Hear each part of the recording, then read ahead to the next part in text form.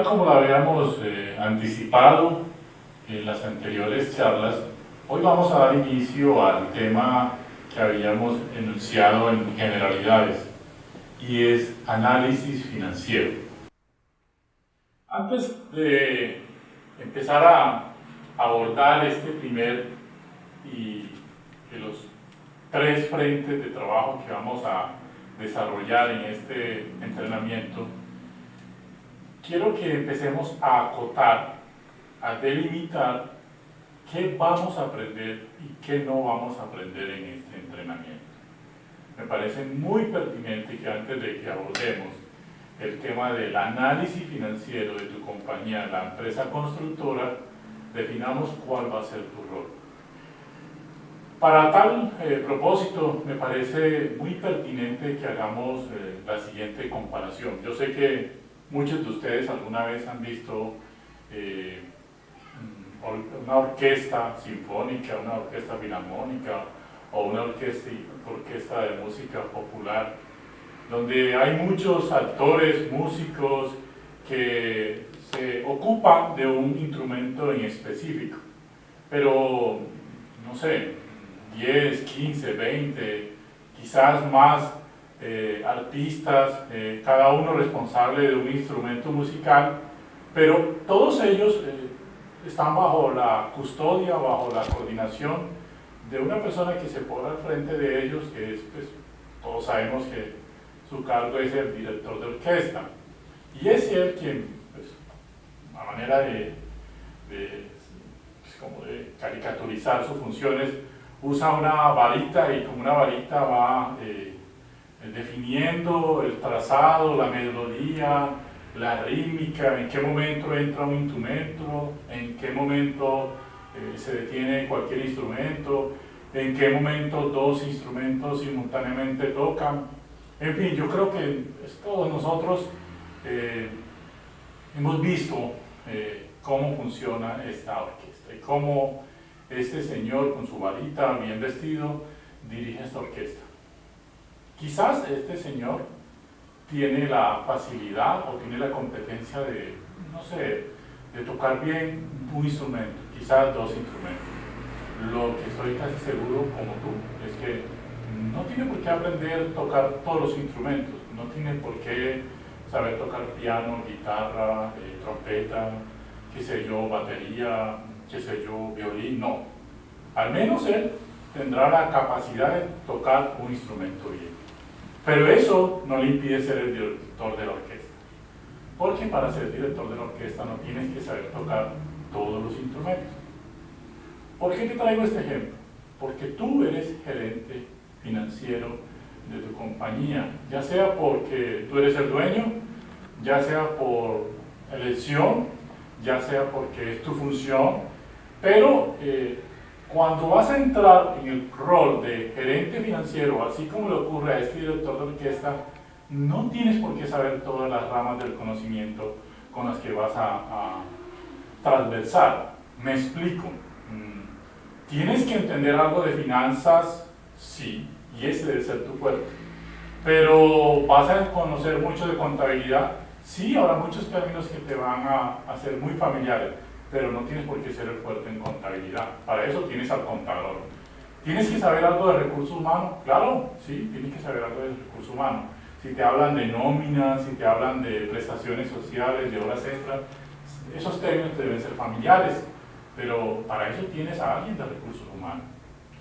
Si te hablan, por ejemplo, de tus activos, de, qué sé yo, de tus maquinarias, de tu parque automotor, pues no tienes por qué ser el mecánico, pero tú debes saber cuántos carros tienes, cuántas máquinas tienes y para qué te sirven.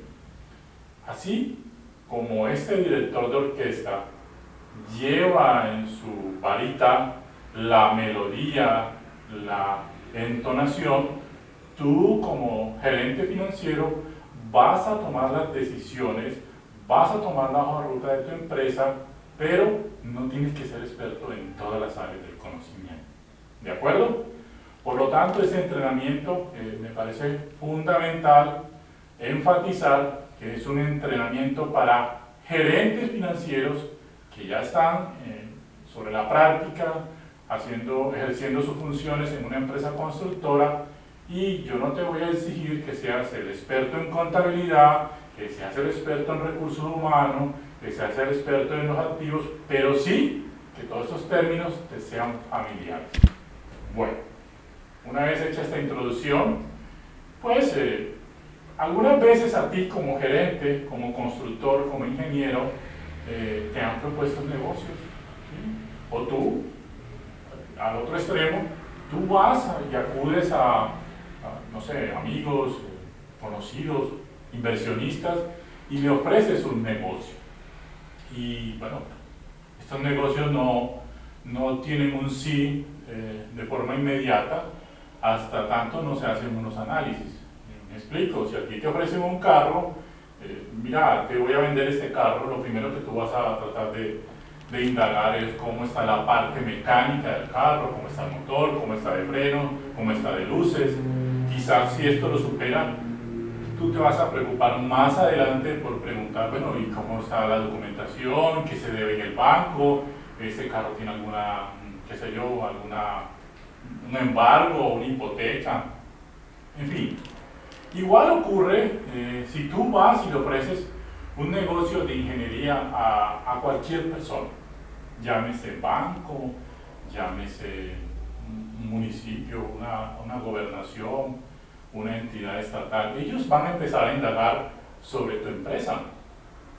Ellos van a empezar a preguntarte, bueno, ¿y en qué estado se encuentra tu compañía? Y bueno, tú le vas a decir, claro, mi compañía goza de buena salud financiera. Bueno, te van a creer, pero le tienes que demostrar eso con números. Para eso es el análisis financiero, para poderme sentar con cualquier persona de interés, bancos, clientes, socios, y empezar a interactuar a ver si ellos quieren invertir en mi negocio, en mi empresa, o si me permiten que mi empresa vaya y desarrolle un proyecto en particular. Bueno, un análisis financiero es importante entonces porque te permite tomar decisiones. Un análisis financiero es fundamental porque concluirá si tu empresa goza de buena salud financiera o si tiene algunos quebrantos financieros. Bueno, pero yo quiero, así como hemos venido hablando del director de la orquesta, de este grupo de músicos, yo quiero que empecemos, como ha sido la política de este entrenamiento, de lo simple a lo complejo. Yo quiero que te imagines estos cajones. Vamos a hacer una figura, vamos a hacerla más geométrica. Vamos a hacer 1, 2, 3, 4, 5, 6 cajones.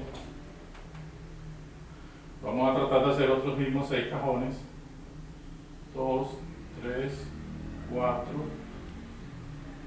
1, 2, 3, 4, 5, 6 cajones.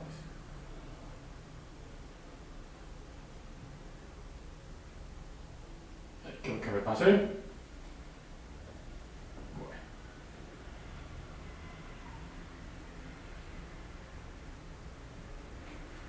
Ok, cuando hablamos de análisis financiero, de un diagnóstico financiero, ¿a dónde acudimos? ¿Qué revisamos? ¿Qué auditamos? ¿Qué le mostramos a un banco, a un futuro socio, a un futuro inversionista, a nuestra compañía aseguradora? Venga, trate de invertir en mi empresa o permita que mi empresa desarrolle este proyecto. ¿Qué es lo que te revisan? Bueno, entre todos los documentos que te pueden revisar, inician por el balance. Bueno, ¿y el balance? ¿Qué información encuentras en el balance? De seguro encontrarás balances muy sencillos, rudimentarios, hasta balances más sofisticados. ¿De quién depende? De tu contador. Y como recuerdas lo que te dije al inicio, tú eres el director de orquesta, no tienes por qué interesarte mucho en saber tocar la guitarra a la perfección. Debes saber que existe una guitarra. No tiene por qué interesarte al detalle el nivel de complejidad de tu balance. Pero sí tienes que entender que tu balance es como este cajón que tienes aquí y donde vas a encontrar tres espacios. Vamos a dibujarlo con otro color. Bueno, vas a encontrar una línea que divide dos cajones. En este cajón vas a encontrar, en este cajón de mi extremo izquierdo, vas a encontrar todo lo referente a los activos. Y lo que está a tu lado derecho, vamos a dividirlo aquí con una línea que sea simétrica, esta misma dimensión será esta misma dimensión. Vas a encontrar algo que ya conoces, no tienes que ser un experto y lo has escuchado, que son los pasivos, y no tienes que ser un experto y has escuchado también de patrimonio.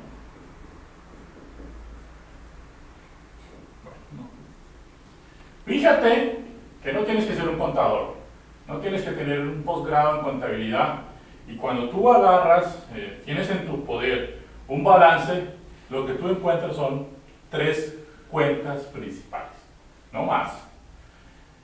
Que el balance de la empresa X está en una sola hoja y que el balance de mi empresa esté en 20 hojas, dirán lo mismo. Tendrán una gran cuenta que se llama activos, una cuenta que se llama pasivo y otra cuenta que se llama patrimonio. Esto realmente es lo que hablábamos en generalidades de la ecuación contable. Mis activos o los activos de mi empresa constructora siempre serán fruto de una deuda más de mi recurso propio, o lo que llamamos patrimonio.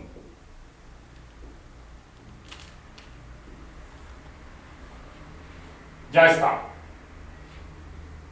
Tú eres gerente financiero, tú eres el dueño de tu empresa constructora y lees un balance y lo que vas a encontrar es esto, no más. Vas a invertir en un negocio, te invitan a participar en un negocio inmobiliario, en una construcción de un complejo de apartamentos, o que inviertas tu recurso en la construcción de una vía y tú quieres saber la información de quien te está invitando, es esto, no más. Esto es lo que debes analizar, no más. ¿De acuerdo? Bueno. Pero este simple ejemplo, estos cuadros que a propósito, de forma intencional, dije que eran un cuadrado, mide lo mismo, es porque solo con sentarte, fijar tu mirada en ese documento, en este gráfico, puedes obtener mucha información que te permite dictaminar cuál es la salud financiera de esta empresa. ¿Qué ocurre? Esta línea, a propósito, la puse en color verde.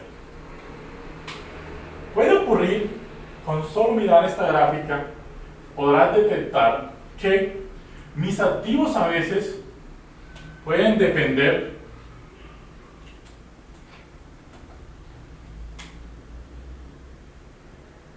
que todos mis activos sean igual a los pasivos. En ese orden de idea, esta línea verde se irá aquí.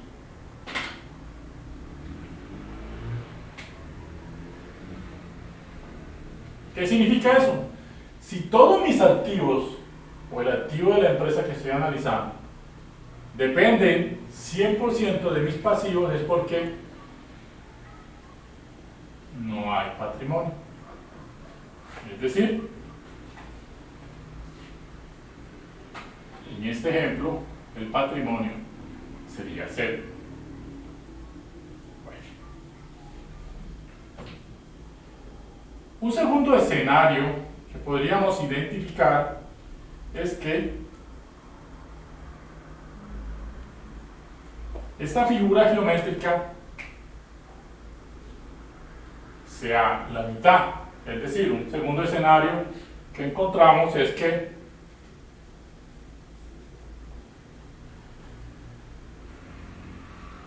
los pasivos son igual al patrimonio.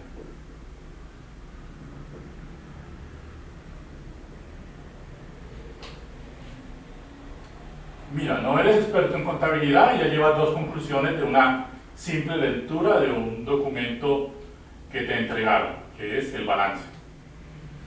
Otro tercer escenario que puedes encontrar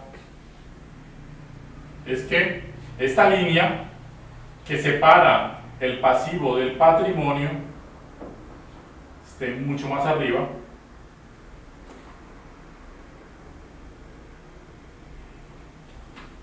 Vamos a dibujarla aquí lo más.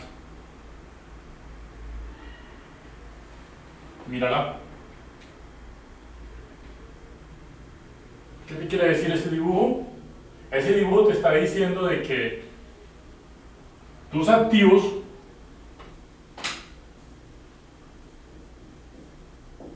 están en función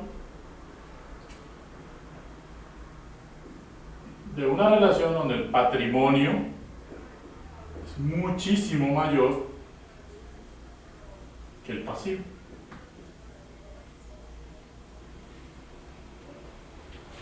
¿De acuerdo? Mira, ya llevas, te entregaron un documento, tú eres socio de una compañía, no sabes, hace un año que no vas a una junta de socios y te entregan el balance y tú quieres saber de qué te están hablando.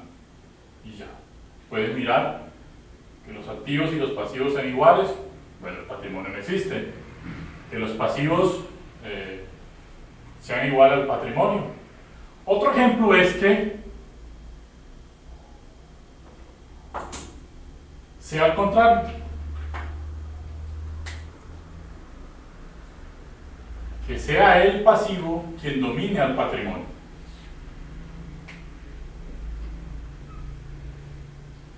Es decir, mis activos dependen de una función donde esta vez el pasivo será muchísimo mayor que el patrimonio. ¿De acuerdo? Entonces, es solo jugar con esta línea que separa la sumatoria de pasivos más patrimonio. Recuerda, señor gerente, los activos de tu compañía siempre serán la sumatoria de una deuda más el capital inicial. Eso no tienes que ser experto.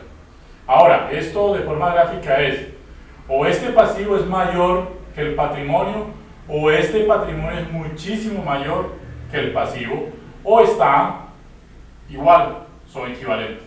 A fin de cuentas, estos dos son los que soportan el activo de tu compañía. ¿De acuerdo? Bueno, pero vamos a empezar a complicar este dibujo.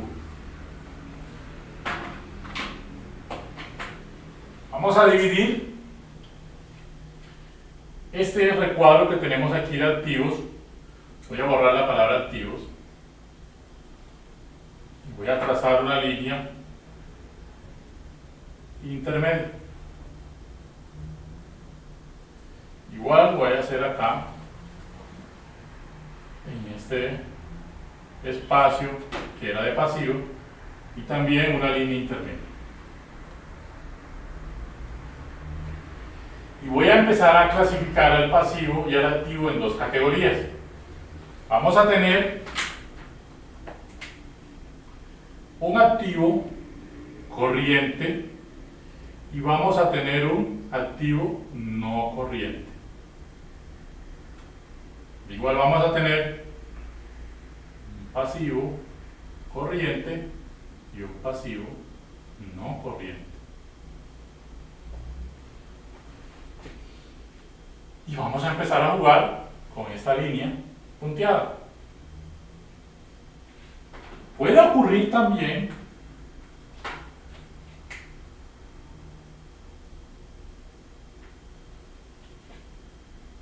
que esta línea esté más a la derecha o más a la izquierda o que esta línea del activo esté mucho más a la derecha o más a la izquierda. Y en ese orden de ideas, sin ser tú un experto en contabilidad, sabrás que o el pasivo corriente domina al pasivo no corriente, o inversamente, o que el activo corriente domina al activo no corriente. Bueno, pero ¿qué es activo corriente y qué es activo no corriente y qué es pasivo corriente y qué no es pasivo no corriente? Bueno, imagínate una línea de tiempo. Esta es una línea de tiempo. Este es el tiempo cero. Y por acá estará un año. ¿Listo?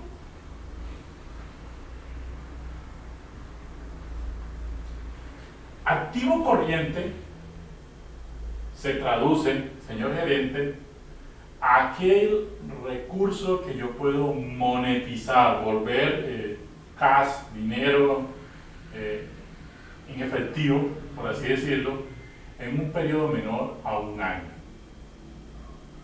Por lo tanto, activo no corriente será aquel que para poderlo monetizar me voy a demorar un poco más y quizás más del año. Entonces, entre los activos corrientes más preponderantes, que más comúnmente aparecen en una empresa constructora, pues es los recursos que están en el banco, el dinero que tienes en los bancos. ¿Listo? Claro, porque recuerda la definición de activos corrientes. Es aquel activo que tú puedes monetizar en un periodo menor de un año. Tienes una fugia económica, tienes una crisis económica, debes comprar algo urgentemente, vas al banco y sacas tu dinero, no demoras tanto. Otro tipo de activo corriente son los inventarios. Si tú eres una empresa constructora, quizás vas a tener una bodega muy grande donde tienes tubería, cemento, qué sé yo, tendrás tubería, cemento, baldosa, pintura, teja termoacústica. Y si tienes, digamos que una crisis económica, tienes un problema y necesitas traducir toda esa teja, todo ese cemento, todo ese material, lo monetizas en dinero en un periodo menor a un año. Un activo no corriente, como lo mencionábamos, se tarda un poco más del año y aquí puede ser un lote, una propiedad, qué sé yo, un edificio, la maquinaria de tu empresa, tus volquetas, tus camionetas, tus retroexcavadoras, están aquí en los activos no corrientes. Ojo, hay que tener cuidado en esto.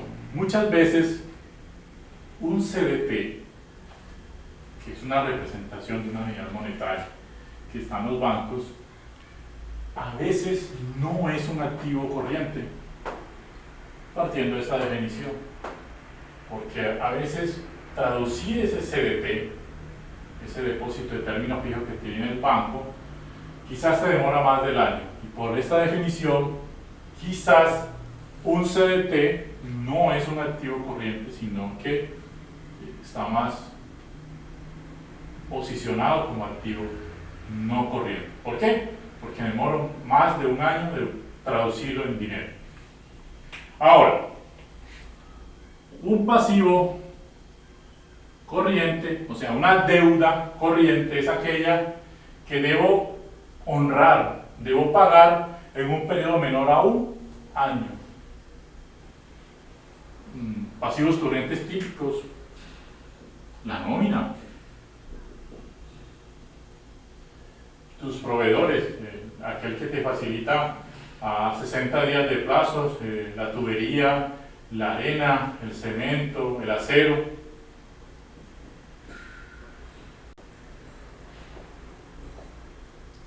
Y un pasivo no corriente, obvio, son las deudas que superan el año, pues, a los créditos.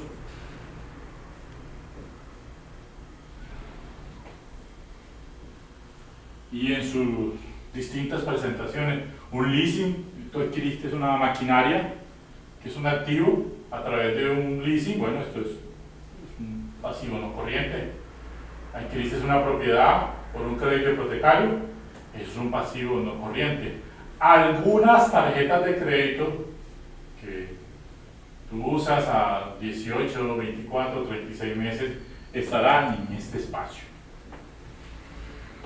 Fíjate, señor gerente, que este cuadro ya lo empezamos a llenar un poquito de líneas y va a ser un poquito más compleja las conclusiones o el análisis. Ahora, ¿qué ocurre cuando esta línea está más acá?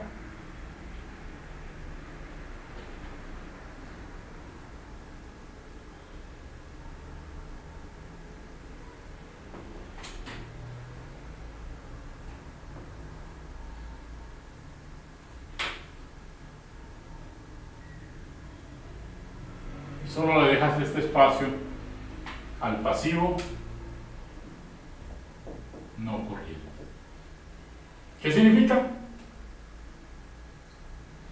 Y estamos en la opción de que mis pasivos dominan al patrimonio. Pero puede ocurrir entonces dos escenarios aquí. Que el pasivo corriente sea mayor que el pasivo no corriente, y como es obvio, yo esta línea la puedo traer acá y ahogar despacio el pasivo corriente, y entonces el pasivo no corriente será mucho mayor que el pasivo corriente. Yo sé que en este momento estoy bombardeando mucha información, pero lo que quiero es que tú entiendas que esa es tu tarea como gerente. Tú estás en una simple reunión y te pasaron este documento. No tienes que tener un doctorado en contabilidad para leer qué número es mayor que el otro. Estos escenarios te permiten sacar conclusiones. Voy a borrar esto de aquí. Entonces recuerda, activo corriente es aquello que puedes monetizar, volver dinero en un menor tiempo de un año. Activos no corrientes es lo que te tardas más de un año. Típico ejemplo de activo corriente, el dinero que está en las cuentas bancarias, todos los materiales que tienes en una bodega. Ejemplo típico de pasivos no corrientes que se tardan en volver dinero son tus maquinaria, tus vehículos, tus volquetas, tus propiedades, se tardan un poco más. Ejemplo típico de un pasivo, de una deuda corriente, la que tienes que pagar antes de un año es tu nómina, tus trabajadores y las facturas de tus proveedores. Ejemplo de pasivo no corriente son todos los créditos financieros, las tarjetas, los créditos hipotecarios, los leasing. Listo.